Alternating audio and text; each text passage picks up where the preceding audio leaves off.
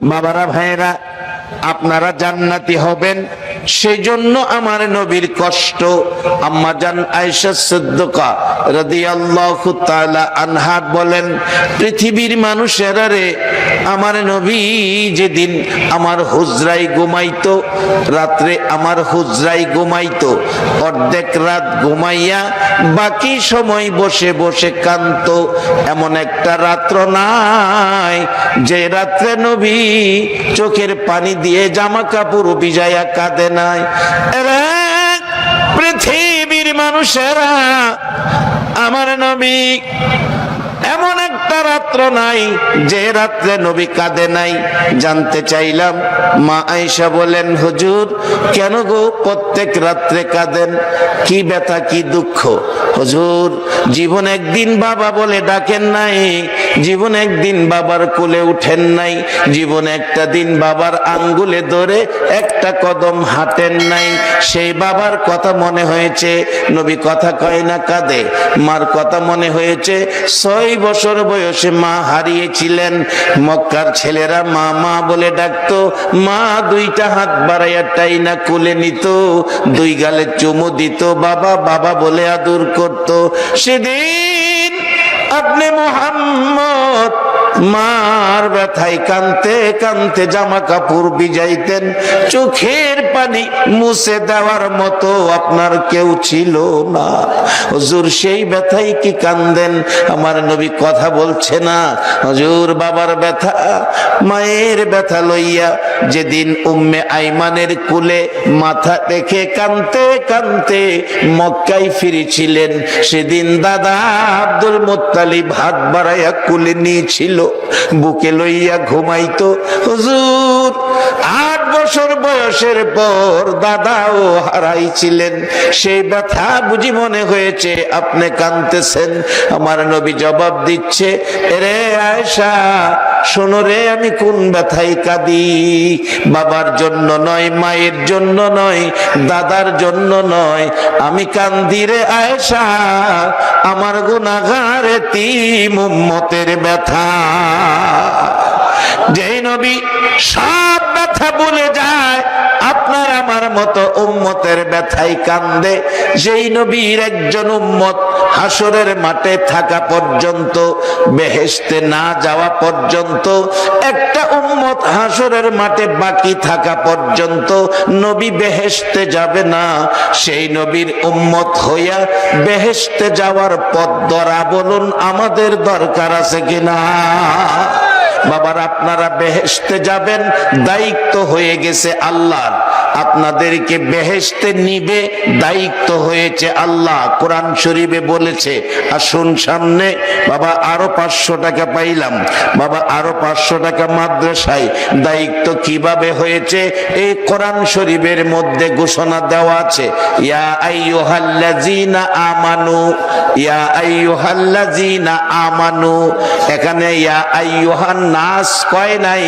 নাস বললে সকল মানুষ, সকল ধর্মের লোকেরা পড়তো, অন্য ধর্মের লোকদেরকে ডাকে নাই, ডাকছে শুধু আমানু। তোমরা কি করো? রুকু সেজদার মাধ্যমে উরকাউ ওয়াসজুদু ওয়াবুদু রাব্বাকুম, রুকু সেজদার মাধ্যমে রবের ইবাদত করো। বাজান, রবের ইবাদতের মধ্যে উত্তম ইবাদতের নাম কি? আরে বাজান, পড়েন আর না পড়েন, স্বীকারটা করেন না। উত্তম ইবাদতের নাম কি? সবাই বলতে হবে গর্জিয়াস কণ্ঠে, উত্তম ইবাদতের নাম কি? আল্লাহ কোরআনে বলতেছে, আখিরি নবীর উম্মতের জান্নাতে নেওয়ার দায়িত্ব হয়ে গেছে আল্লাহর। এখন নিবে যে কি করতে হবে এই পথ দেখাইতেছে আল্লাহ, আর এই কোরআন শরীফ পড়াইতেছে আপনাদের এখানে। এই কোরআনের পক্ষে যারা বসেছেন, কোরআনের কসম করে বলছি আপনারা জান্নাতি হয়ে গেছেন। যার বাস্তব, 2টা ঘটনা বাস্তব, বাস্তবটা আমরা ভালো বুঝি, বাস্তবটা আমরা ভালো বুঝি। একটা ঘটনা হলো মা খাদিজার জীবনী। যেদিন এ কোরআন শরীফ নাজিল হবে মক্কায়, জাবালে নূর পাহাড়, যারা মক্কায় গেছেন দেখছেন, অনেক উঁচু পাহাড়। নবীজি জাবালে নূর পাহাড়ে যায় এই কোরআন আসবে অপেক্ষায় বসে আছেন। 2 দিন 3 দিন 4 দিন পার হয়ে যাইতেন, গোসল নাই, খাবার নাই, ঘুম নাই, বিছনা নাই, বালিশ নাই, চাদর নাই। ভাইরে কষ্ট এই কোরআনের জন্য। আজকে সেই কোরআনের পক্ষে আপনারা বসা, একবার বলুন আল্লাহু আকবার। কোন মা আপনাদেরকে পেটে নিয়েছে? মায়ের পেট ধন্য, যে মায়ের পেটের সন্তানগুলো সেই কোরআনের পক্ষে বসে আছে। যার বাজেট কি আসতে পারে, মা খাদিজা বলতেছেন আমার নবী 2 দিন 3 দিন পার হয়ে যায়, জাবালে নূর পাহাড়ের চূড়ায় খাবার নাই, গোসল নাই, ঘুম নাই, আরাম নাই, বালিশ নাই, বিছানা নাই, চাদর নাই। মা খাদিজা বলেন, ওগো মা বোনেরা, তোমাদের দিকে লক্ষ্য করে বলছি, কান পাতিয়া শোনো মা, যে ঘরে রঙের শাড়ি পরে বউ হইয়া ঢুকছো গো মা, কবে জানি সেই ঘর থেকে সাদা কাফন পরে বেরিয়ে যাও। তোমার পছন্দের কাপড়গুলো সুকেসের মধ্যে পরে থাকবে গো মা, একটা কাপড়ও তোমাকে কবর নিতে দেওয়া হবে না। তোমার ছেলে ঢাকায় থাকে, ঈদের ছুটিতে বাড়িতে আইসা মার কাপড়গুলো দেখে চোখের পানি ছেড়ে ছেড়ে ওই কাপড় বুকে লাগাইয়া মা মা কইয়া কাঁদবে, একটা কাপড় তোমাকে কবর নিতে দিবে না।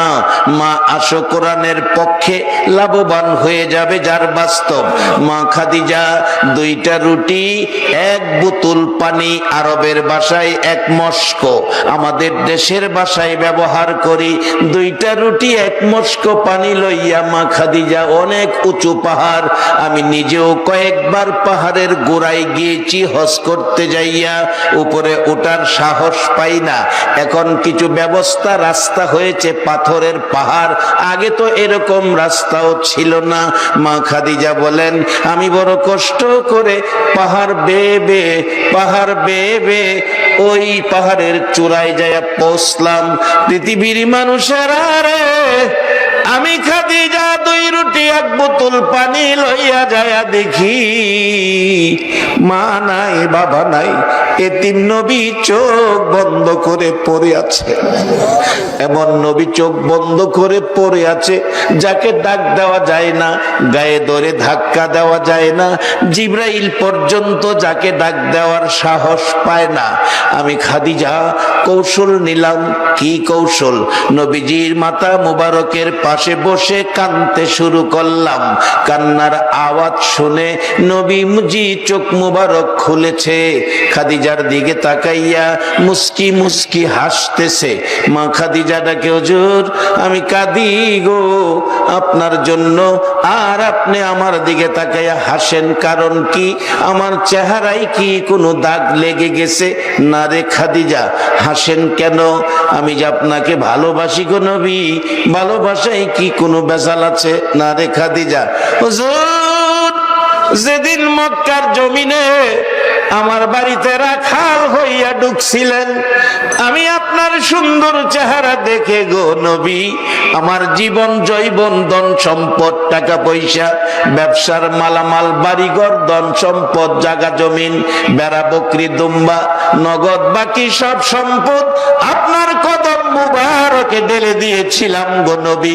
সেই দিনের ভালোবাসায় কি কোনো বেজাল দেখা দিয়েছে? আমার নবীটাকে খাদিজা রে না, তাহলে কেন হাসলেন জানতে চাই। আমার নবী বলেন, খাদিজা রে আমি কোরআনের পক্ষে বসে আছি, কোরআনের জন্য বসে আছি। তুমি কোরআনের পক্ষে 2 রুটি 1 মস্ক পানি নিয়ে আসার কারণে জিবরাইল এখন আমাকে খবর দিয়ে গেল, 2 রুটি 1 মস্ক পানি কোরআনের পক্ষে দেওয়ার কারণে রে আল্লাহ তোমার জান্নাত দান করে দিয়েছে। রে বাবারা ভাইয়েরা, মা খাদিজাকে যদি 2 রুটি 1 মস্ক পানি দিলে কোরআনের পক্ষে আল্লাহ জান্নাত দিতে পারে, আজকে যারা কোরআনের পক্ষে বসে আছেন আমার আল্লাহ কি আপনাদের জান্নাত দেওয়ার ক্ষমতা আছে কিনা? আরো বাস্তবতায় যান, জর্দান, আরব ভূমি জর্দান মাহফিলে গিয়ে দেখি বাস্তব ঘটনা। আরব ভূমি জর্দান মাহফিলে গিয়ে দেখি কোরআনের মধ্যে আসছে আসহাবে কাহাফের ঘটনা। আবেদ শাহ হুজুর আছে কিনা? আসহাবে কাহাফ আলেম ওলামা আছেন। আসহাবে কাহাফের ঘটনা কোরআনের মধ্যে আসছে। 7 জন যুবক ঈমান বাঁচানোর জন্য, আখিরি নবীর উম্মত না, এটা ঈসা আলাইহিস সালাম দুনিয়া থেকে বিদায়ের পর আমার নবী দুনিয়াতে আসার আগে মাঝামাঝি সময়ে 7 জন যুবক, বাদশা দাকিয়ানুসের আমলে জালিম বাদশা ছিলেন, তার অত্যাচারে দেশ ছাইরা পাহাড়ের গুহায় আশ্রয় নিয়েছিলেন 7 জন যুবক। এরে বাবা যুবকেরা, কারা গো আজকে নবীর পক্ষে মাহফিলে বসে আছো? এমন এক সময় ছিল তোমাদের মতো যুবকেরা আমার মায়ার নবীরে মারতো। আজকে তোমরা নবীর পক্ষে বসে আছো, আমার মন কয় তোমাদের মতো একজন উম্মত বাকি থাকা পর্যন্ত আমার নবী জান্নাতে যাবে না।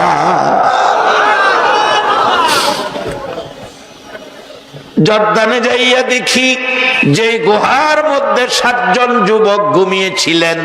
বাবা বাস্তব কোরআনের মধ্যে আসছে ঘটনা। ওই যুবকদের ভালোবাসায়, যুবকদের মহব্বতে একটা নাপাক প্রাণী কুকুর, নাপাক প্রাণী কুকুর, কোরআনের মধ্যে যার নাম লেখা আছে কিতমির, কোরআনে লেখা আছে যার নাম কিতমির, এই কুকুরটা 7 জন যুবকের সাথে চলে গিয়েছিল। যুবকেরা যখন গুহার ভিতরে ঢুকলো, একজন মানুষ কোন রকম ঢুকতে পারে। মাগরিবের নামাজ পড়লাম ওই এলাকার মসজিদে নামাজ পড়ে জর্দানিকে বললাম এই ঘটনাটা, এই গুহার ভিতরে যাইয়া দেখার আকাঙ্ক্ষা নিয়ে বললাম। বলল খোলা তো যায় না, লোহার গেট দিয়ে বন্ধ করে রাখছে। খুলে দিলেন, দয়া হলো। ভিতরে গেলে দেখাইলো এখানে 2 জন, এখানে 2 জন, 4-5 হাত ভিতরে 3 জন যুবক, ছোট্ট একটা ছেদ্র আছে, ঘুমাইতেছে মোট 7 জন। কুকুরটার কথা জিজ্ঞেস করলে বলে কুকুর মারা গেল, হাড্ডি গুড্ডি গুলো এক জায়গায় দাফন করে রাখলো। আমার আল্লাহ ওই ইমানদার 7 জন যুবক গুহার মধ্যে ঘুমাইতেছেন, কিয়ামত পর্যন্ত ঘুমাবেন। নিম প্লেটের মধ্যে লেখা 309 বছর পরে একবার বাহির হয়েছিল। বাজার লম্বা আলোচনা, 309 বছর পরে একবার বাহির হয়েছিল। আবার যায়া ঘুমিয়েছে, ঘুমাইতেছেন। ইমানদার যুবক রে, ও যুবক বাবা, কে তোমরা বসে আছো? তোমার মতো একটা যুবক যদি মহব্বতে আমার আল্লাহরে একবার আল্লাহ কইয়া ডাক মারো গো, তোমার এক ডাকের জবাব আমার আল্লাহ 70 বার দিয়ে থাকে। এত মায়া করে, এত আদর করে আমার আল্লাহ যুবকদেরকে, 7 জন যুবককে আমার আল্লাহ বেহেশতি ঘোষণা দিয়েছে কোরআন শরীফে। শুধু 7 জন যুবক নয়, নাপাক প্রাণী কুকুরটাকে পর্যন্ত 7 জন যুবকের সাথে কোরআনের মধ্যে আমার আল্লাহ বেহেশতি ঘোষণা দিয়েছে। ইমানদার যুবকের সাথে গেলে কুকুর যদি বেহেশতি হতে পারে, আখিরি নবীর উম্মত হইয়া আজকে নবীর ঘর মাদ্রাসার পক্ষ থেকে আয়োজিত মাহফিলে কোরআন সুন্নাহর পক্ষে যারা বসে আছো গো, আমার আল্লাহ কি জান্নাতি বলে ঘোষণা দিতে পারে না? দিয়েছে কিনা, জান্নাতি হয়েছেন কিনা, মোনাজাত পর্যন্ত বসেন, নিজেরাই টের পাবেন। আমার বলতে হবে না, নিজেরাই টের পাবেন। আমি খুব কম সময়েই আমি আপনাদেরকে, যেহেতু দূর থেকে আসছি বড় কষ্ট করে, কারণ অনেকে আমারে দেখেন নাই, ওয়াজ শুনে ফেলেছেন ক্যাসেটের মধ্যে, আমারে দেখেন নাই, আমিও আপনাদেরকে দেখি নাই, শুধু একটু দেখার জন্য জহির সাহেবের, হাজী জহির সাহেবের মহব্বতে আমার এই সময়টা দিতে হয়েছে। এখন পুরা সিজন লং জার্নি করে পরের দিন মাহফিলটা আমার কষ্ট হয়। আমার 2 ঘন্টার রাস্তা, মাহফিল শেষে বাড়িতে যাই রেস্ট করি, এই মাহফিলগুলি রাখি। যাই হোক, রিজিক যেখানে থাকে যাইতেই হবে, এটা বাজেট আল্লাহ।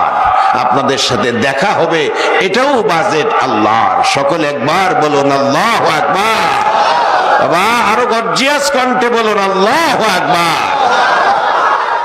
মা খাদিজা বলেন, পৃথিবীর মানুষেরা রে, আমার আমার নবী বলছে খাদিজারে জিব্রাইল এখন খবর দিল কোরআনের পক্ষে 2টা রুটি 1 বোতল পানি নিয়ে আসার কারণে আল্লাহ তোমার জান্নাত দান করে দিয়েছে। শুধু জান্নাত নয় রে খাদিজা, আমি হাসলাম এজন্য আমার আল্লাহ তোমার সালাম জানাইছে। বাবা, এই আল্লাহ এখনো সেই কোরআনের পক্ষে থাকলে জান্নাত দেওয়ার ক্ষমতা আছে কিনা? সালাম আপনাদেরকে দেওয়ার রাস্তা আছে কিনা? বাবা, এই কোরআনের মধ্যে সালাম দেওয়া আছে। কিয়ামত পর্যন্ত এই নবীর উম্মত হইবেন, ভালো কাজে আসবেন আর আল্লাহর সালাম পাইবেন। তানাজ্জালুল মালাইকাতু ওয়ার রূহু ফিহা বিইজনি রাব্বিহিম মিন কুল্লি আমরিন সালাম। আল্লাহর পক্ষ থেকে আপনাদের প্রতি সালাম। মাগো মেয়ে লোকেরা, তোমাদের প্রতিও আল্লাহর পক্ষ থেকে সালাম জারি রয়ে গেছে। বাবারা, কোরআনের পক্ষে গেলে মা খাদিজা যদি সাথে সাথে জান্নাতের খবর পায়, আমার নবী খুশি হইলেন। এবার মা খাদিজা কাঁদতেছেন আর ডাকতেছেন, হুজুর আমি কান্দি। রাসূল বলেন, খাদিজারে খুশি হওয়ার কথা, কাঁদতেছো কেন? হুজুর কান্দি, আপনার কাছে একটা কথা আছে। কি কথা? আল্লাহ যদি কোরআনের পক্ষে 2 রুটি 1 বোতল পানি দিলে জান্নাত দেয়, সালাম দেয়, আমি যে নবীর ভালোবাসাই গো নবী, এত কষ্ট করে পাহাড়ের উপরে আসলাম, আপনি নবী কি আমারে কিছু দিবেন না? আপনার কাছে আমার একটা দাবি। রাসূল বলেন, খাদিজা বলো তোমার কি দাবি? বলুন, স্বামী কাছে স্ত্রীর দাবি আছে কিনা? স্বামীর কাছে স্ত্রীর দাবি আছে কিনা? আর দাবি করলে স্বামীরও স্ত্রীর দাবি পুরা করা উচিত। রাসূল বলছে, কি দাবি? হুজুর দাবি হলো আল্লাহ যদি আমারে জান্নাত দেয়, সালাম দেয়, আপনি নবী আমারে কি দিবেন? রাসূল মহব্বতের সহিত বললেন, খাদিজা তুমি যা চাও তাই দেন।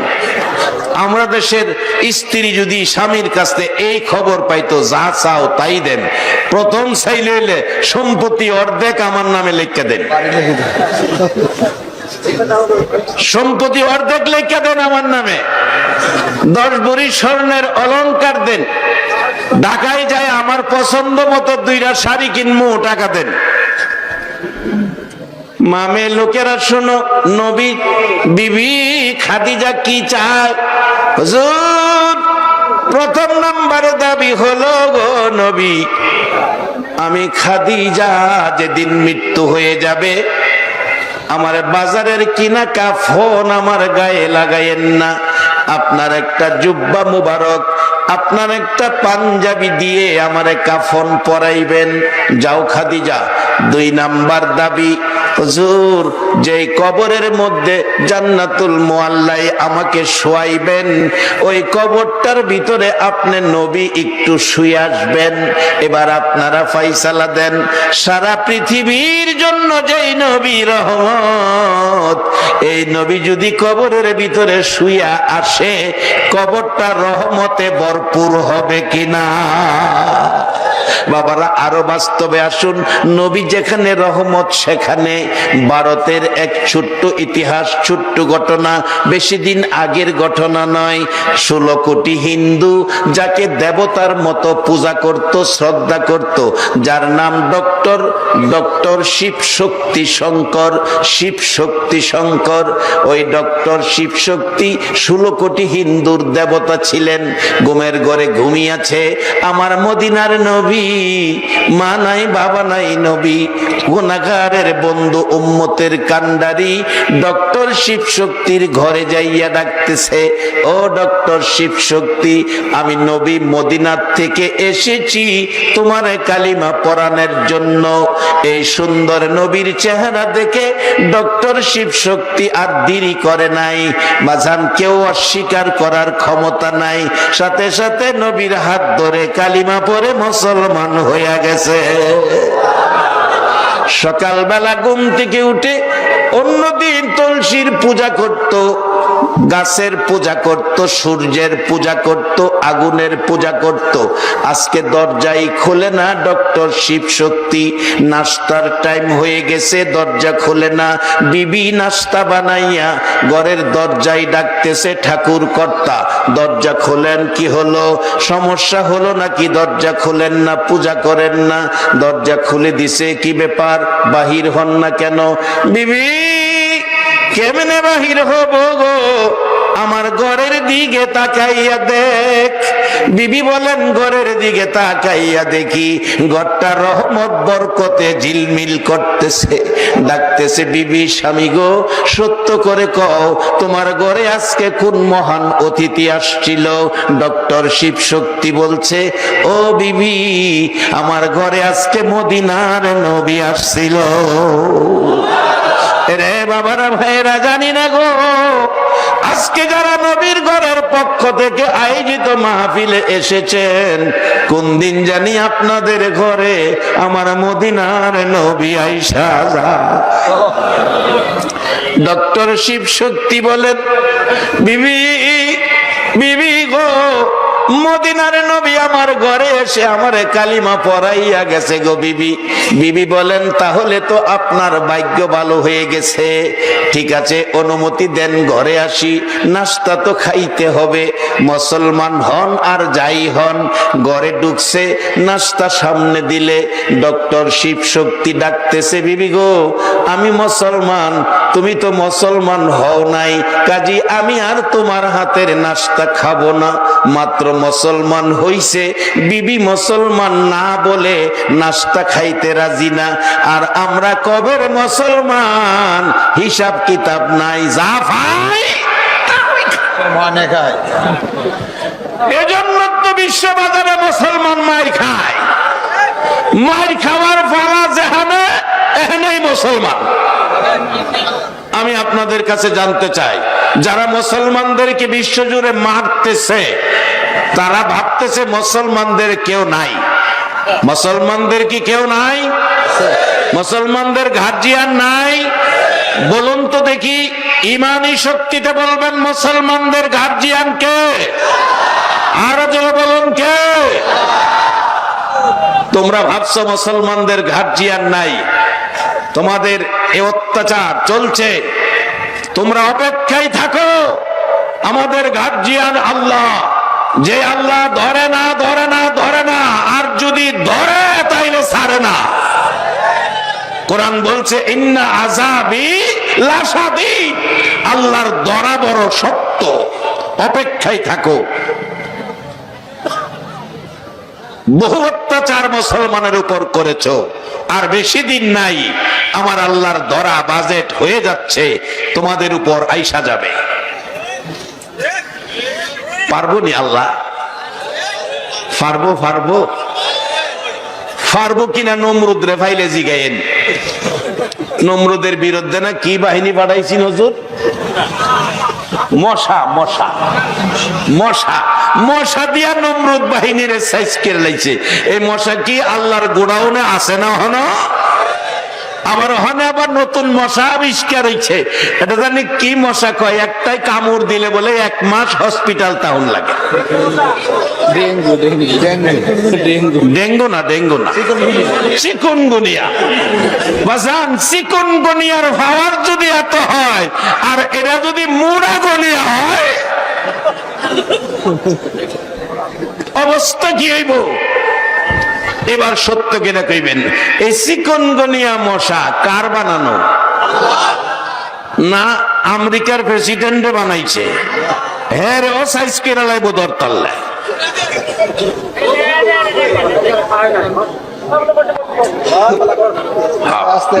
বৈশা জানগা, সুযোগ পাইলে এনে বেচারা বইতো, সুযোগ না পাইলে কি আরেকজনের কাঁধে বইতারবো? এই তো যাইতেছে ইনশাল্লাহ সুযোগ হয়ে যাবো। বাবারা, যারা মুসলমানদের উপর অত্যাচার করতেছে, তাদের বিচার করার ক্ষমতা আমার আল্লাহর আছে কিনা? তাহলে বদরের যুদ্ধের ইতিহাস খুলুন। বদর প্রান্তরে নবীর পক্ষের সৈন্য 313, 2টা বাচ্চা। আবু জাহেলের 1000-এর বেশি ভালো অবস্থানে অত্যাধুনিক হাতিয়ার। বাচ্চা দুইটা জিগায়, আব্দুর রহমান বিন আউফ বলেন আমার পাশে দাঁড়ানো ছিলেন ছোট ছোট দুইটা বাচ্চা, মাজ আর মুয়াবিজ। নবীজি এমন ছোট দুইটা খেজুরের ডাল দিছে হাতে ভাঙ্গা।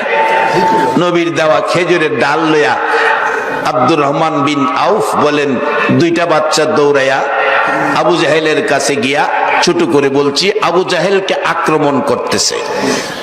আবু জাহেল গড়াগড়ি করতেছে আর বলতেছে আমার জীবন শেষ কিরা ফালাইতেছে। আবু জাহেলের ছেলে আকরামা আইসা কয় আব্বা কোন কি? খেজুরের ডাল, বাচ্চা মানুষ একটু আঘাত করে আপনি কোন মাইরা ফালাইতেছে? কয় তুই একটা মাইর খাইয়া দেখ। আকরামা ভাবলেন ঠিকই বাবার কষ্ট, চকচকে তরবারি সাদা চকচক করছে। আব্দুর রহমান বিন আউফ বলেন আমি দেখি তরবারিটা উঠাইলেন, বাচ্চাটা ছোট বাচ্চাটার ডাইন গর্দানের উপর আঘাত করলো, ঠাস করে হাড্ডি কাইটা গোশত কাইটা হাতটা নিচে নেমে গেল। বাবারা আর আধা ঘন্টা সময় গেলে কি কষ্ট হবে আপনাদের? দোয়া না করে কেউ যাবেন না।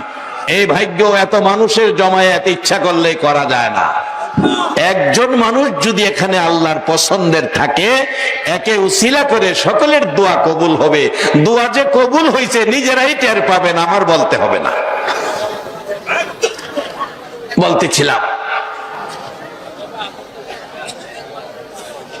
ডক্টর শিব শক্তি ডাকতেছে, বিবি তোমার হাতের নাস্তা আমি খাইতাম না, কারণ আমি মুসলমান। মুসলমান কারে কয়? আর ওখানে মুসলমানের হিসাব কিতাব নাই, যা পাই তাই খাই। বিবি কয় স্বামী এতদিনের মহব্বত কিছুক্ষণে ভাঙ্গা দিবা, আমিও তোমারে নাস্তা না খাওয়াইয়া ছাড়তাম না। রুটির মধ্যে তরকারি লাগাইয়া মুখের মধ্যে ধাক্কাইতেছে। ইসলাম বলছে স্ত্রী স্বামীর মুখে খাবার তুলে দিবে, এটা ইসলাম। খালি স্ত্রী দিব আপনি খাইবেন এরকম না, মাঝে মাঝে স্বামীও স্ত্রীর মুখে খাবার তুলে দিবেন। আচ্ছা এই ব্যবহার যদি চলে, স্বামী স্ত্রী মহব্বত বাড়বো না কমবো? কারণ ইসলামটা একটা শান্তির ধর্ম, পারিপার্শ্বিকতার ধর্ম, এটা মহব্বতের ধর্ম। এটার মধ্যে তিক্ততা বলতে কোনো শব্দ নাই। ইসলাম শব্দের অর্থই হলো শান্তি। খুব চাপাচাপি করলেন, খাইলেন না। ডক্টর শিব শক্তির বিবি বলছে স্বামী ভয় পাবেন না, খান। আর গোপন রাখতে পারলাম না গো স্বামী, যেই সময় আমার নবী আপনারা কালিমা পড়াইয়া মুসলমান বানাইছে, যাওয়ার সময় নবী আমারেও কালিমা পড়াইয়া গেছে। ডক্টর শিব শক্তি দুইটা হাত বাড়াইছে, বিবি গো আয় আমার বুকে আয়, তোর কপাল ভালো আমারও কপাল ভালো, মাত্র কালিমা পড়লো তাদের কপাল ভালো হয়ে গেল। আমরা কবেকার মুসলমান কালিমাওয়ালা, আমাদের কপাল তো ভালো করতে পারলাম না। বাজান আসেন কিভাবে কপাল ভালো করব, আসুন সামনে। এই কোরআনের পক্ষটাই কপাল ভালোর জন্য যথেষ্ট। আইসা গেছি মূল আলোচনায়। এবার খাওয়াইলেন, খুশি, দুইজন খুশি। বিয়ের উপযুক্ত একজন মেয়ে ছিল ডক্টর শিব শক্তির। উনি মুসলমান হওয়ার পর উনার নাম রেখেছে ডক্টর ইসলামুল হক। উনি বাংলাদেশেও আইসা বেড়াইয়া গেছেন মুসলমান হওয়ার পর। তার মেয়েটা দৌড়ায় আসছে, মা তুমি খুশি? বাবাও খুশি। ঘটনাটা কি? গলায় ধরে জানতে চাইলে বাবা জবাব দিল, মারে আমি তো মুসলমান হয়ে গেছি নবীজির হাত ধরে। মা বলতেছেন, মেয়েরে আমিও তো মুসলমান হয়ে গেছি নবীজির হাত ধরে, বিধায় আমরা খুশি। মেয়েটা বলতেছে, বাবু গো, ও আমার মা, গর্ভধারিণী মা, আপনাদেরকে মুসলমান বানায়া আমার নবী যাওয়ার সময় গো আমারও কালিমা পড়াইয়া গেছে। সেই কালিমা আমরা পড়েছি, একটা রাত্রে নবীর দেখা পাই বাজান, জীবনটা ধন্য হবে, জাহান্নামের আগুন হারাম হবে।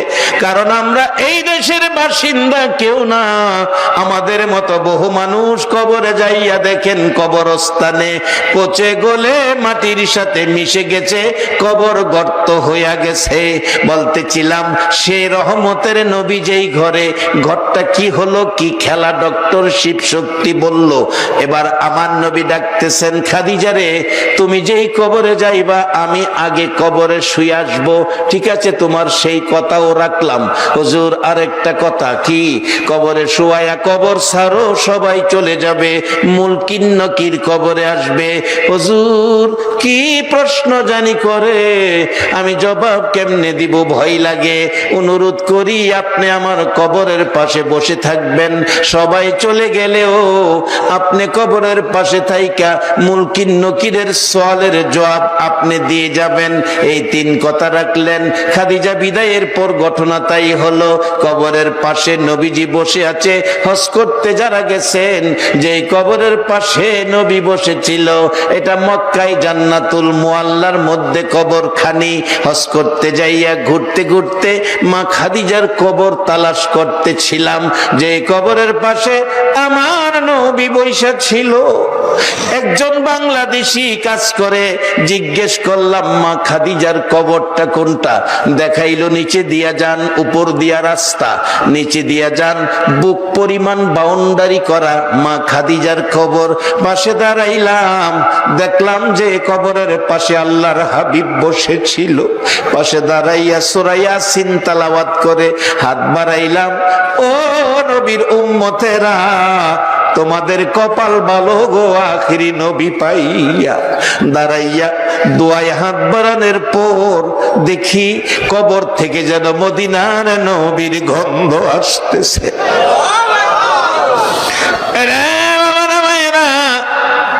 মা খাদিজা যদি কোরআনের পক্ষে যাইয়া এই বরকতের বাজেট পাইতে পারে, আমরা তো সেই নবীর উম্মত, আমরা সেই বাজেট সেই বরকত পাবো।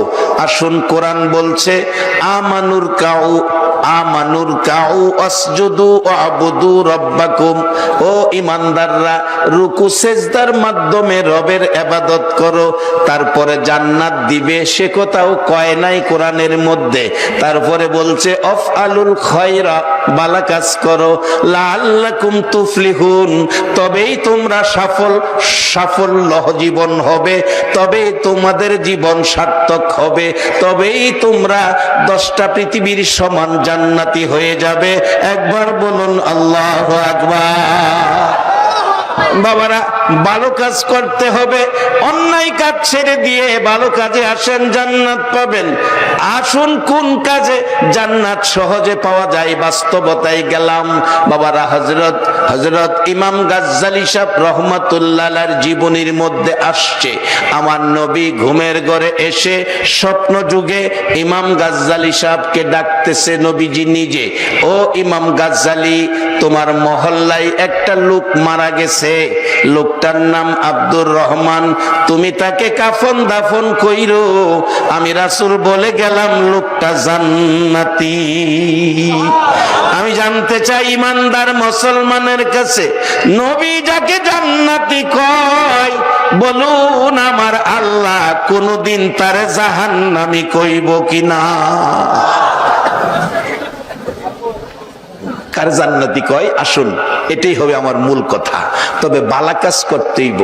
এখন তো যেই যুগে পড়ছি বাজান, ভালো কাজ করবো কই? হেফজখানায় যখন পড়ি, উস্তাদ পাঠাইছে দুধ আনবার লাইগা, গিয়া দেখি এক ভদ্রলোক দুধ বাজার দাঁড়ায় রয়েছে, দুধের টিন বালতি পইরা রয়েছে, মানুষ নাই। জিগাইলাম, এই ভদ্রলোক কি দুধ বিক্রি করে? প্যান্ট শার্ট পরানো, টাই লাগানো। দোকানদার কয়, হুজুর না, উনি অফিসার, দুধ এনি বেজাল আছে দেখতে আইছে, এই জন্য দুধ ফালাইয়া শব্দ উঠছে।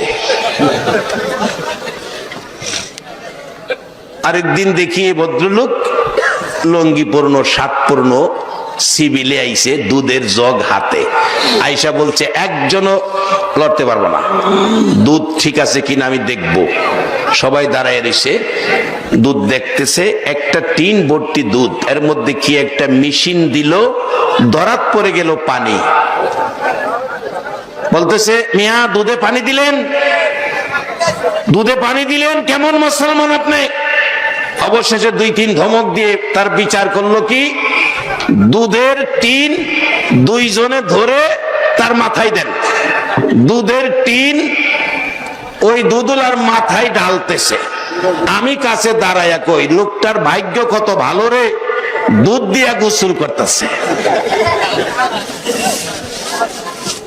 ওই ভদ্রলোক কয় হুজুর ভাগ্য ভালো না, আমার হুজি শেষ। ফুজি শেষ মানে দুধ দিয়া গোসল করেন মিয়া, জীবনে কাউরে দুধ দিয়া গোসল করতে দেখি নাই, আপনি কোন ফুজি শেষ? কি সমস্যা?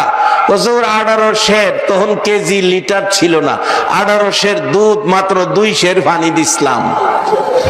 ও মুসলমান, কোরআন বলছে ভালো কাজ করো, এরপরে নামাজ রাখিও, তাইলে নামাজে কামে লাগবো। নামাজও ঘরে, দুধের মধ্যে পানিও দেয়।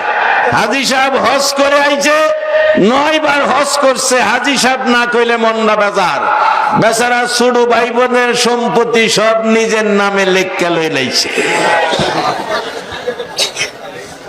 এই চরিত্র মুসলমানদের মধ্যে আছে কিনা? আল্লাহর কোরআনে বলছে নামাজ রোজা করেও এই চরিত্র লইয়া জান্নাতে যাওন যাইতো না। নামাজের পর আফআলুল খায়রা, ভালো কাজ করতে হবে। বাজান ভালো কাজ করবেন, ভাই বোনের হক ঠিক মতো দিবেন, নামাজ পড়বেন, মানুষকে ঠকায়েন না, দুধে পানি দিয়েন না, ফুজি শেষ হইব। আমাদের ভৈরব এলাকার ঘটনা বলছি, আরেকটা কঠিন জিনিস বাবা, এটার থেকে সাবধান থাকবেন, এটার থেকে সাবধান থাকবেন। গত বৎসরের ঘটনা, ছেলের বউ দুইজনে মিলে বাউন্ডারি করাইল বাড়ি, দুইজনে মিলে বাউন্ডারি করাইল বাড়ি, দুইজনে মিলে কোন কথাই জানি রাগ হইয়া গর্ভধারিণী মারে কাইটা 3 টুকরা করছে, মারে কাইটা 3 টুকরা করছে। এ জাতীয় রূপ চরিত্র যাদের, এবার ফাইসালা আপনারাই দিতে পারবেন, এরকম ব্যক্তির সুপারিশ কি আমার নবী করবে? মারে কাইটা 3 টুকরা করছে। বড় অংশটা গোসলখানা বাথরুমের ভিতরে দিয়া তালা মাইরা রয়েছে, ছোট একটা অংশ 2 ঘরের ফাঁকে ফালাইয়া রাখছে। গতবারের ঘটনা, পত্রিকা তো আইছে। নারী বুড়ি যেটা দুর্গন্ধ হবে তাড়াতাড়ি, এটারে মাটির নিচে গাইরা। ছোট ছেলেটা ঢাকায় থাকতো, ছেলেটা মার এই অবস্থা, কলিজার মধ্যে যেন ধাক্কা লাগলো।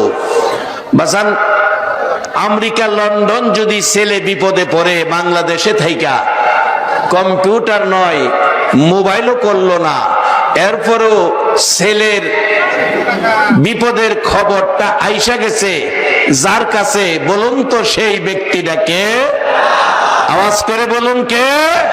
মা। মা যেমন ছেলের খবর জানে গো, সুসন্তান যদি কেউ হয়, মা বাবার খবর সে জানে। ছেলেটার কলিজায় ধাক্কা লাগলো, নিশ্চয় বাড়িতে কোনো ঘটনা ঘটছে। বিকাল বেলা বাড়িতে গেছে, যাইয়া বলছে আমার মা কই, মারে দেখবো। ভাই বউ দুইজন মিলে বলছে তোমার মা মনে হয় তোমার বোনের বাড়িতে গেছে, বোনের বাড়িতে যাও, বোনের বাড়িতে যাও। বোনের বাড়িতে গেছে, গোসল করে খানা খাইয়া মারে নিয়ে আসবো। গোসলখানা দরজার কাছে গিয়ে দেখে গোসলখানা বাথরুম তালা মারা। জিজ্ঞেস করলেন তালা মারা কেন? বলছে এটাতে গোসল করা যাবে না, পুকুর আছে পাশে, পুকুরে গোসল করো, এটা সমস্যা আছে। ওই যুবকটা গাল বেয়ে বেয়ে চোখের পানি সারে আর কান্দে, না পুকুরে যাব না, তালা খুইলা দাও গো। কেন জানি এই বাথরুমের দরজায় আসার পর আমার কলিজায় আগুন লাইগা গেছে। কেন জানি আমার কলিজায় আগুন জ্বলতেছে, দরজাটা খুলে দাও, চাবি দাও। চাবি নাই, চাবি হারিয়ে গেছে। চাবি হারিয়ে গেলে ওই যুবকটা হাতুড়ি আনতে গেছে, তালা ভাঙবে। হাতুড়ি নিয়ে আসতে গেলে ভাই ভাই বউ পালিয়ে গেছে, হাতুড়ি দিয়ে তালা ভাঙ্গা দরজা খুইলা দেখে গো যে মা সন্তান কোথাও গেলে, মার মনে শান্তি নাই। দরজাটা খুলে রাত্র 12টায় রাস্তায় দাঁড়াইয়া থাকতো সে গর্ভধারিণী মার দেহের বেশিরভাগ বড় অংশটা বাথরুমের ভিতরে। একটা চিৎকার মারছে, আশপড়শিরা দৌড়ায় আসছে, আত্মীয় স্বজনেরা আসছে। আইসা এই অবস্থা দেখলে থানায় খবর দিলে পুলিশ আসছে, 3 টুকরা উদ্ধার করে থানায় নিয়ে গেল। বড় ভাইটাকে ধরে ফেললো, বউটা পালিয়ে গেছে। 2 দিন পর বউ ইচ্ছা করে ধরা দিল, 2 হাতে রশি লাগাইয়া জেলখানায় নিয়ে বন্দি করলো। দুনিয়ার পুলিশের রশি হাতে লাগছে, বলুন মায়ের উপর যারা এই অত্যাচার করেছে জাহান্নামের রশিও তার হাতে লাগবে কিনা? নামাজ রোজা যতই পড়ো, এই আচরণ যদি করো, তাহলে তোমার নামাজ রোজা দিয়ে জান্নাতে যাওয়া তোমার সম্ভব হবে না। কি করতে হবে? সেই জন্য কোরআন সুন্নাহর মধ্যে সেই রাস্তা রয়ে গেছে। রাসূল বলেছেন, তলাবুল ইলমি ফারিদাতুন আলা কুল্লি মুসলিমি ওয়া মুসলিমা। মেয়ে এবং পুরুষ এই পরিমাণ জ্ঞান অর্জন করতে হবে, এই জিনিসগুলি সুষ্ঠুভাবে বুঝে শুনে যেন ব্যবহার করতে পারে, একটু জ্ঞান অর্জন করা ফরজ। এই জন্য একটা মাদ্রাসা দরকার, নবীর গড় দরকার। সেখানে মাদ্রাসা হয়েছে। আমি বলবো মাদ্রাসা শুধু মাদ্রাসাই নয়, যেখানে কোরআন শিক্ষা দেওয়া হয়, এটা জাবালে নূর হয়ে গেছে। আর এই কোরআনের পক্ষে যারা, তারা জান্নাতি মেহমান হয়ে গেছে। যার বাস্তব ইমাম গাজ্জালি সাহেব রহমাতুল্লাহ আলাইহির জীবনী। আমি শেষ দিকে যাচ্ছি। ইমাম গাজ্জালি সাহেব বলেন, আমি সকালবেলা গেলাম, রাসূল বলেছে লোকটা বেহেশতি, আবার দোয়া না করে কেউ যাবেন না। আমি অল্প সময়ের মধ্যেই দোয়া করব। আমি দোয়ার প্রস্তুতি নিচ্ছি। বেহেশতে কে যাবেন, কোরআন সুন্নাহর দৃষ্টিতে বেহেশতি কে হবেন, এই পথটা শুধু দেখাইতেছি। ইমাম গাজ্জালি সাহেব সকালবেলা গিয়ে দেখলেন আব্দুর রহমান মারা গেলেন, দাফন করবেন, লোকজন আসছে। গাজ্জালি সাহেব বললেন, আমিও সেই অনুষ্ঠানে আছি। লোকেরা কয়, হুজুর এই লোকটা তো একজন সাধারণ মানুষ ছিলেন, আপনার মতো একজন এত বড় আলেম আসলেন। হুজুর, জি, এত বড় আলেম আসলেন, আমরা তো কেউ খবর দেই নাই। রাসূল বলেন, তোমরা খবর দাও নাই, মদিনার নবী আমাকে খবর দিয়েছে। এবার জানতে চাই লোকটা কি আমল করেছে। তারা বলেন, হুজুর লোকটা তো একজন শ্রমিক ছিল, কাঠ মিস্ত্রি ছিল, তার তো বড় কোনো আমলের খবর আমরা জানি না। তাহলে তার স্ত্রীর সাথে কথা বলি। পর্দা করে দিলেন, ভিতরে স্ত্রী, বাহিরে ইমাম গাজ্জালি। ডাকতেছেন, মাগো তোমার স্বামী জীবনে কি আমল করলো? রাসূল এসে বেহেশতের খবর দিল। মহিলা কাঁদতেছে আর বলতেছে, হুজুর আমার স্বামী 2টা আমল করতে দেখেছি। একটা আমল হলো হুজুর, একটা আমল হলো বাবা একজন আরো 1000 টাকা। একটা আমল হলো আমার স্বামী কাঠ মিস্ত্রি, 2টা কাঠ জোড়া দেওয়ার জন্য পরিবেশ করে জোড়ার মাঝখানে লোহা তার কাটা মারার জন্য হাতুড়ি উপরের দিকে উঠায়। হুজুর এমন সময় যদি মসজিদের মিনারায় আযানের ধ্বনি উচ্চারিত হয়, আমার স্বামী পিছনের হাতুড়ি সামনে আনে না, মসজিদে দৌড়াইয়া চলে যায়। আর একটা আমল হলো আমার স্বামী কোরআন পড়া জানতো না, কোরআনের মহব্বত ছাড়তো না। কারাগো আজকে কোরআনের প্রতিষ্ঠানের পক্ষ থেকে আয়োজিত মাহফিলে আসছেন, মহিলা বলছে আমার স্বামী কোরআন পড়া জানতো না, এশারের নামাজ পড়ে ঘরে আইসা, হুজুর দেখেন আপনার সামনে একটা কাঠের থাক আছে, একখান কোরআন শরীফ আছে। আমার স্বামী ঘরে আইসা টান দিয়া কোরআন শরীফ বুকে লইয়া পাগলের মতো কাঁদতো, কোরআন শরীফ খুইলা চোখের পানি জর্জর করে ছাড়তো, পৃষ্ঠাগুলি উল্টাইয়া হুজুর কোরআনের লাইনে লাইনে আমার স্বামী কোরআনের লাইনে লাইনে লাইনে আঙ্গুল ঘুরাইতো, কোরআন পড়া জানতো না, কোরআনের লাইনে লাইনে আঙ্গুল ঘুরাইতো আর কানতো। এইভাবে 2-3 পারা কোরআনের লাইনে লাইনে আঙ্গুল না ঘুরাইয়া আমার স্বামী কোনোদিন ঘুমাইতো না। এই 2টা আমল দেখেছি। ইমাম গাজ্জালী সাহেব বলেন, পৃথিবীর মানুষের রে আমি টান দিয়া কোরআন শরীফ নামাইয়া কোরআন শরীফ খুইলা দেখি, ওই কাঠমিস্ত্রি কোরআন পড়া জানে না, কোরআনের পাগল, কোরআনের লাইনে আঙ্গুল ঘুরাইতো, চোখের পানি পড়তো, কোরআনের প্রত্যেক পাতায় লাইনে লাইনে ওই কাঠমিস্ত্রির চোখের পানি দেখা যায়। ইমাম গাজ্জালী সাহেব ডাকেন, পৃথিবীর মানুষেরা, এই কোরআনের লাইনে আঙ্গুল ঘুরাইয়া আজান দিলে মসজিদে যাইয়া এমন এক জান্নাতি হলো যার খবর মদিনার নবী এসে দিয়ে গেল। বাবারা, এই 2টা আমল আজকের মাহফিল থেকে আপনাদের কাছে রেখে গেলাম। কোরআনের পক্ষে থাকবেন, কোরআন পড়া জানেন না, কোরআনের পক্ষের মেহমানকে ভালোবাসা দিবেন। কোরআনের পক্ষের একটা ছাত্রকে যদি কেউ বাড়িতে নিয়ে 1 ওয়াক্ত খানা খাওয়ান, 40 দিন পর্যন্ত আপনার আমলে গুনাহ লেখা হয় না। এই কোরআনের ভালোবাসা থাকলে, পড়া জানেন না, আঙ্গুল ঘুরাইলে, আজান দিলে, কাজ ফালাইয়া মসজিদও গেলে মদিনার নবী এসে জান্নাতের খবর দেয়। জানি না আজকে যারা বসে আছেন গো, কার জন্য কবে জানি আমার নবী এসে জান্নাতের খবর দিয়া যায়। আসুন দোয়া হবে, এখন এই দোয়ার জন্য প্রস্তুতি নিতেছি। আসুন দোয়া করি। আস্তাগফিরুল্লাহ রাব্বি মিন কুল্লি যামবি ওয়া আতুবু ইলাই, লা হাওলা ওয়ালা কুওয়াতা ইল্লা বিল্লাহিল আলিয়্যিল আযীম। আস্তাগফিরুল্লাহ রাব্বি মিন কুল্লি যামবি ওয়া আতুবু ইলাই, লা হাওলা ওয়ালা কুওয়াতা ইল্লা বিল্লাহিল আলিয়্যিল আযীম। সাল্লাল্লাহু আলা সাইয়্যিদিনা ওয়া মাওলানা মুহাম্মদ ওয়া আলা আলিহি ওয়া আসহাবিহি ওয়া বারিকা ওয়া সাল্লিম। আসুন দোয়ায় শরীক হন। মাগো, দোয়ায় শরীক হও মা। আল্লাহুম্মা আমিন। মাগো, মেয়ে লোকেরা হাত বাড়াও মা, মাহফিল তো বিদায় হইয়া যাইতেছে। রব্বানা যালামনা আনফুসানা ওয়া ইল্লাম তাগফির লানা ওয়া তারহামনা লানাকুনান্না মিনাল খাসিরিন।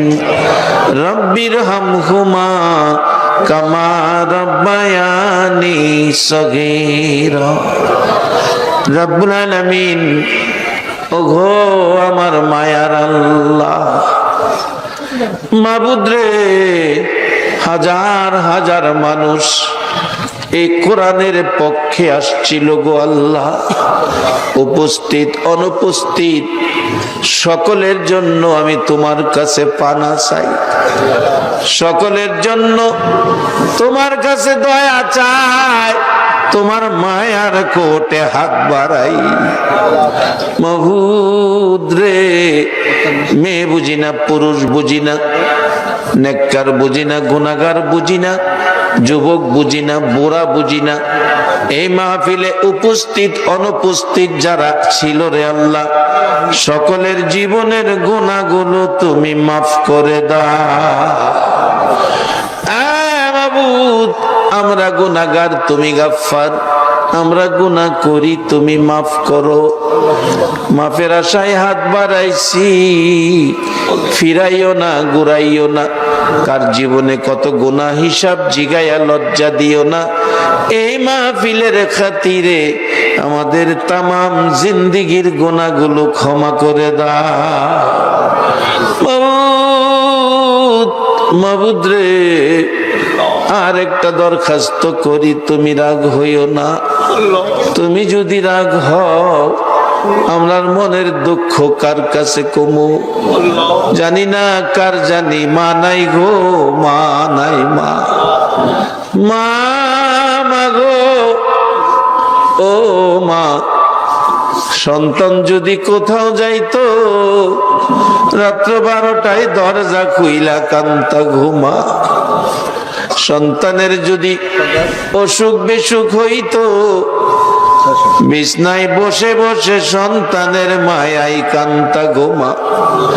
সন্তান শীতের মধ্যে শুকনা জায়গায় রাইখা তুমি মা প্রস্রাবের বিজা জায়গায় শুয়া কাটাইতা। এ মার অভাবী কে জানি হাত বাড়াইছে, বাবার অভাবী কে জানি হাত বাড়াইছে রে আল্লাহ মাবুদ। মার অভাবীরা কি করে? ছোট্ট একটি ঘটনা চাকরি জীবনের মধ্যে দেখেছি। ছাত্র জীবন, চাকরি জীবন, ওয়াজের জীবন, দেশে বিদেশে সফরের জীবনে অনেক ঘটনা নজরে পড়ে। মালয়েশিয়া মাহফিলে গেলে মাহফিল শেষে মোনাজাতে হাত বাড়াইলে কত যুবকেরা পিছনে দাঁড়ায় কান্দে আর ডাকে, হুজুর বাবা আধা কানি জমি বিক্রি করে বিদেশ পাঠাইছে, খবর পাইছি গো বাবা বলে মারা গেছে। হুজুর 2 মাসের বেতন বাবারে দিয়া খাওয়াইতে পারলাম না, বাবা মারা গেছে। কত ছেলেরা ডাকে, হুজুর দোয়া কইরেন, বিদেশ পইরা রইছি টাকার জন্য, মা মারা গেছে, জানা যায় যাইতে পারলাম না। চাকরি জীবনের মধ্যে একটা ঘটনা বাস্তবে নজরে পড়ছে। একটা ছেলে 4 বছর বয়স, মা আবার বাচ্চা হবে, ডেলিভারি হবে। ছেলেটা মার কাছাকাছি থাকে, মা কান্দে প্রসব ব্যথার যন্ত্রণায়। ছেলেটা মার কাছে দৌড়ায় যায়, চোখের পানি মুইসা দেয় আর ডাকে, মা তোমার কি হলো গো মা? 4 বছর বয়সের বাচ্চা তো বুঝে না। নানা কুলে লইয়া ঘরের বাহিরে চলে গেছে। 1 দিন 2 দিন পার হয়ে গেল, গ্রামের বাড়িতে চেষ্টা করলো, বাচ্চা তো ভূমিষ্ঠ হলো না। গ্রামের মহিলারা বলছে আমাদের দ্বারা সম্ভব না, হসপিটাল পাঠাইয়া দেন। রিক্সা গাড়ি ঘোড়ার ব্যবস্থা তখন কম ছিল, রাস্তাঘাট তখন ছিল না। একটা রিক্সা আনলেন, সন্ধ্যার আগে আগে মহিলাকে রিক্সায় উঠাইলে মা কাঁদতেছে, ডাকতেছে, আমার ছেলেটা কই রে, আমার ছেলেটা কই, আমার বাবারে আমি দেখা যাই, আমার অবস্থা বলে ভালো না। ছেলেটা দৌড়ায় আসছে, মা এ সন্ধ্যার সময় কোথায় যাও গো মা, কোথায় যাও গো মা? মা টাইনা টাইনা রিক্সায় উঠাইয়া বুকে জড়াইয়া ধরে 2 গালে চুমায়া চুমায়া মা কান্দে, বাবা আমার অবস্থা বলে ভালো না রে বাবা, আমি হসপিটালে যাইতেছি, মা কোন সময় আসবা? তাড়াতাড়ি আইসো মা, তুমি যদি না আসো গো রাত্রে আমি কার গলায় ধরে ঘুমাবো? মা কাঁদতেছে, বাবু আমি পারবো নি ফিরে আইতে। ছেলের 2 গালে চুমাইয়া চুমাইয়া ডাকে, বাবা গো দোয়া কইরো গো বাবা, ভাগ্য যদি ভালো হয় মার গলায় ধরে ঘুমাবি, ভাগ্য যদি খারাপ হয় রে বাবা মার গায়ে সাদা কাফন দেখবি। এই বলে মার কাছ থেকে নানা ছেলেটারে রাখছে, রিক্সা টান দিয়ে চলে যাইতেছে। একটু পর পর মা পিছনের দিকে তাকায়া কান্দে, বাবা দোয়া কইরো মার গলায় ধরে ঘুমাইতে, ভাগ্য যদি খারাপ হয় রে বাবা এটাই জীবনের শেষ দেখা। তখন রাস্তাঘাট বেশি ছিল না, হসপিটালে চলে গেছে, চিকিৎসা চলছে। রাত্র 10টা বাইজা গেছে, ছেলেটা কাঁদতেছে, নানা চলো না মার কাছে হসপিটালে যাই। নানা বলছে রাত্রে তো যাওয়ার কোনো ব্যবস্থা নাই রে ভাই, সকালে তোমারে লইয়া যাবো, তুমি ঘুমিয়ে যাও রে ভাই। ছেলেটা কান্দে, নানা গো কেমনে ঘুমাবো, কেন জানি আমার কলিজায় আগুন লাগছে গো নানা। একটু পরে একটা যুবক বাড়ির গেটে এসে ডাকতেছে, চাচা বাড়িতে আছেননি? হসপিটালের খবর জানেননি না? সকালে যাব। চাচা যায়েন না, খবর ভালো না গো, আপনার মেয়ে ডেলিভারিতে মারা গেছে। ছেলেটা একটা চিৎকার মারছে, বাবু আমি কার গলায় ধরে ঘুমাবো? রমজান মাসের শেষ দিকে ছিল ঘটনা। লাশটা রাত্রেই বাড়িতে নিয়ে আসছে। ছেলেটা ভয় পাবে বলে দেখায় নাই, দাফন করে ফেলছে। সকালবেলা বলছে, না না চলো না হসপিটালে মার কাছে যাই, বিকালে যাব। বিকাল হইলে ডাকে, চলো না নানা মার কাছে যাই, সকালে যাব। 3 দিন ঘুরাইলো, রাত ফয়া ঈদের দিন।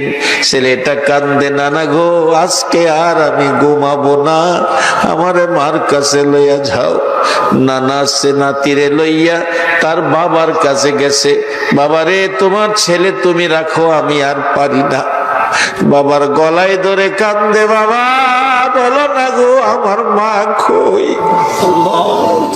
কালকে ঈদের দিন কে আমারে গোসল করাবে গো বাবা? কে আমারে তোয়ালি দিয়ে শরীর মুছে দিবে গো বাবা? জামা কাপড় কে পরাবে? কে আমারে সেমাই খাওয়াবে? আমি তো তারপরে তোমার আঙ্গুলে ধরে ধরে ঈদগায় যাব গো বাবা। বাবা কান্দে, বাবু এ আগুন আমি কেমনে নিভাইব?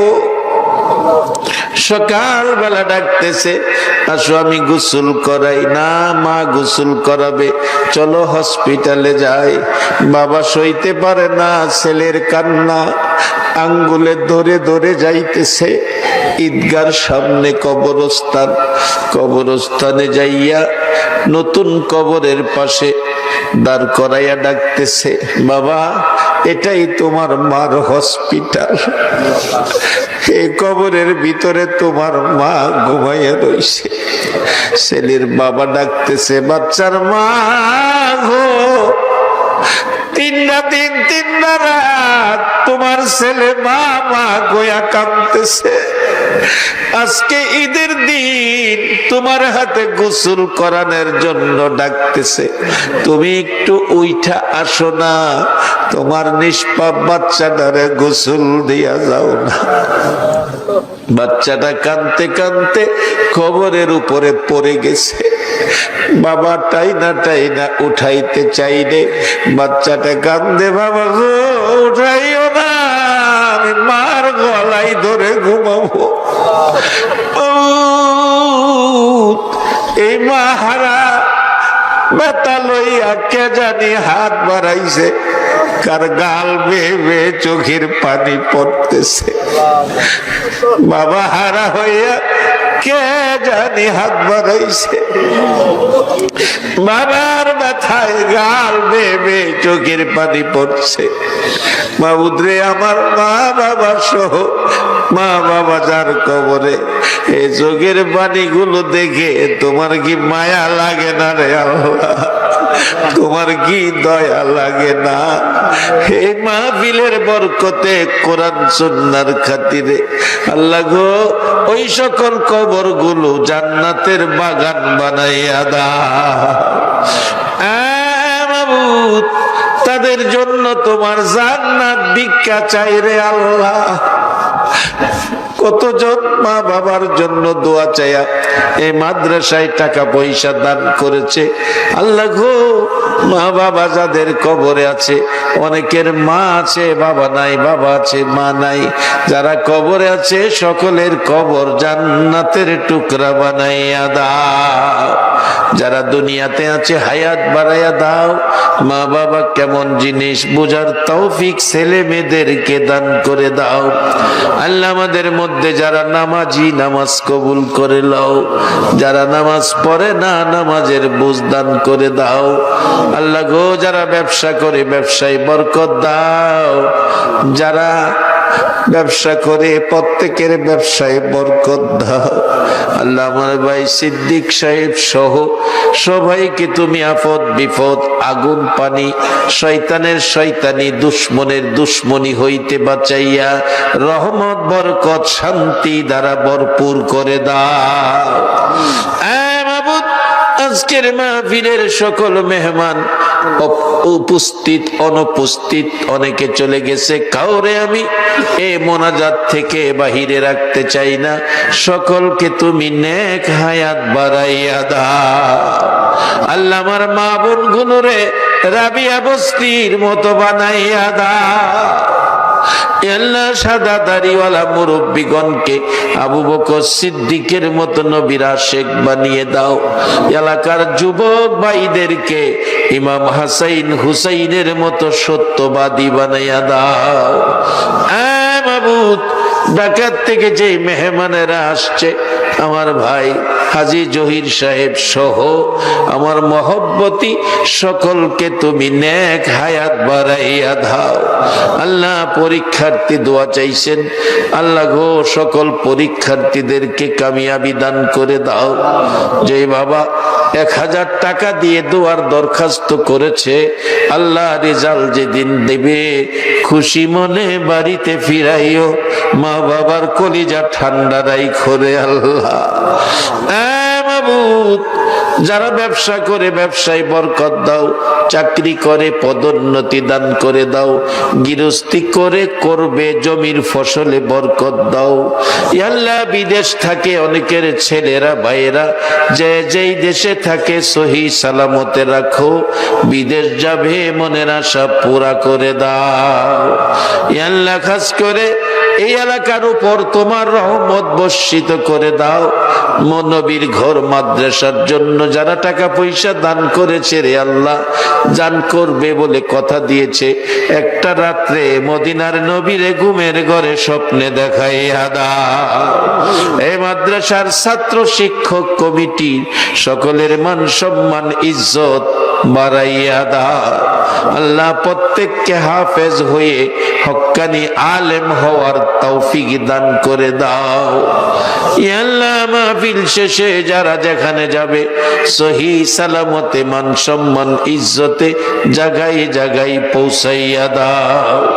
যতগুলো দরখাস্ত করলাম মাহফিলের উসিলাই, দুরুদের উসিলাই, জিকিরের উসিলাই, সবগুলো তুমি কবুল আর মঞ্জুর করে লও।